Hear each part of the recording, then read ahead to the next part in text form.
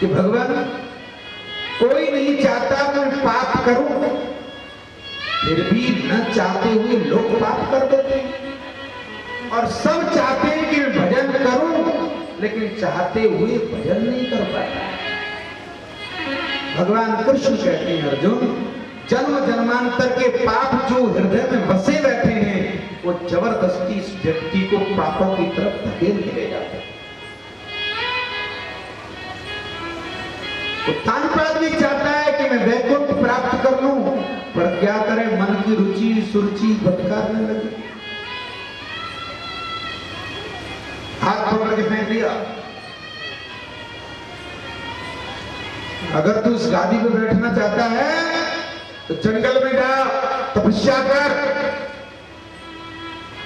और तपस्या से अगर भगवान प्रसन्न होकर आ जाए तो उनसे कहना कि अगला जन्म मेरी कोख से हो, मेरी कोख से जन्म लेगा तो तू इस गादी पे बैठने का अधिकारी है।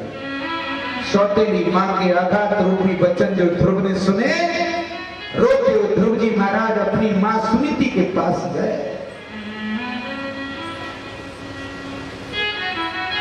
और रोते हुए कहा, मां क्या तू उत्तानपाद की भार्या नहीं है? सुनीति ने कहा, मेरे लाल, बाप का नाम नहीं लेते, पिता को ऐसा नहीं बोलते।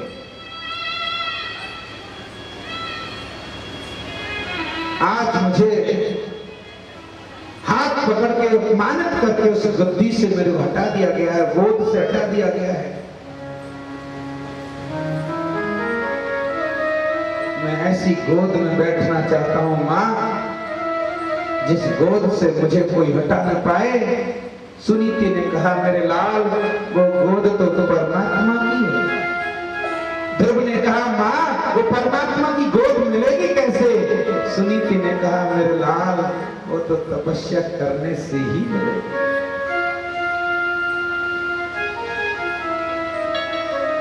ध्रुव ने कहा, मां तब तो मुझे आज्ञा दो, मैं तपस्या करने के लिए जा रहा हूं। 5 वर्ष के बालक को सुनीति तपस्या करने के लिए भेज रही है। वाह, भजन करने के लिए ध्रुव जा रहे हैं, लेकिन सुनीति अपने पुत्र ध्रुव को संस्कार दे रही है। क्यों? क्योंकि भले ही तपस्या करने जा रहा है ध्रुव, भले ही भजन करने जा रहा है ध्रुव, लेकिन इसके मन में सौतेली मां के प्रति ईर्षा है। भगवान की पूजा कर रहे हैं और किसी भगवान के किसी भी जीव से आप हम ईर्षा कर रहे हैं, तो ये पूजा नहीं, ये ढोंग है, पाखंड है। मैंने कल भी बताया था, मंदिर में हम भगवान की पूजा कर रहे हैं, लेकिन मंदिर में लगी हुई मूर्ति वो इंसान के हाथ की बनाई हुई है, हम तुम लोगों ने बनाई है, लेकिन जीती जागती जितनी मूर्तियां हैं ये भगवान के हाथ की बनाई हुई हैं।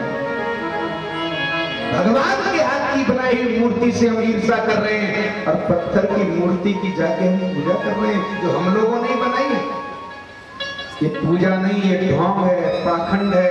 जब तक हम सबसे प्रेम नहीं करेंगे, परमात्मा के हाथ की बनाई मूर्ति की हम पूजा नहीं करेंगे, परमात्मा के हाथ की बनाई मूर्ति से हम प्रेम नहीं करेंगे, तो मंदिर में जाके उस पत्थर की मूर्ति की पूजा करना बिल्कुल पाखंड है, ढोंग है भाई। जब तक सबसे प्रेम ना, राम ही केवल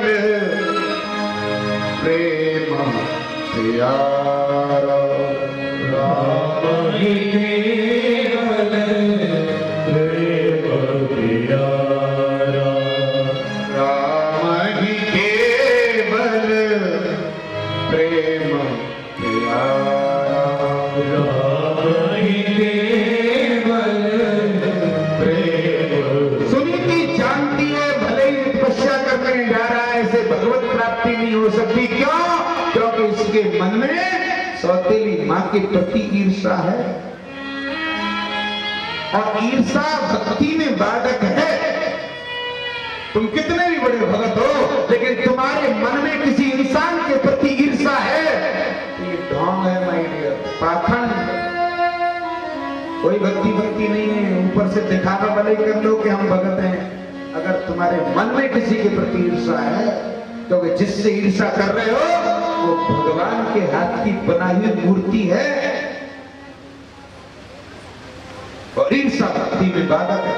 आइए प्रमाण, बच्चे बैठो, यहाँ क्यों खड़े हो, पीछे जाओ जाओ। और वृंदावन, ये पानी ले जाओ बेटा, पीछे ले जाओ, जाओ पीछे ले जाओ, ले जाओ, किसी को प्यास लगेगी वहां पी आएगा, जाओ कथा सुनने दो लोगों को। कार्यकर्ता है, इनको व्यवस्था पीछे करवा दो। प्यास तो मुझे लगनी चाहिए, 4 घंटे फाय फाय कर रहा हूं और तुम बैठे ठाले प्यास लगे तुमको नहीं। बोल वृंदावन बिहारी लाल की जय, जय श्री राम।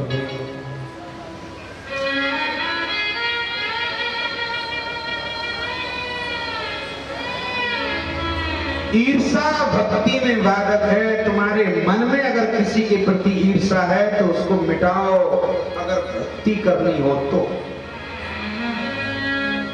नहीं तो हर समय वही मन में लगी रहेगी, वो ऐसा है, वो ऐसा है, वो ऐसा है।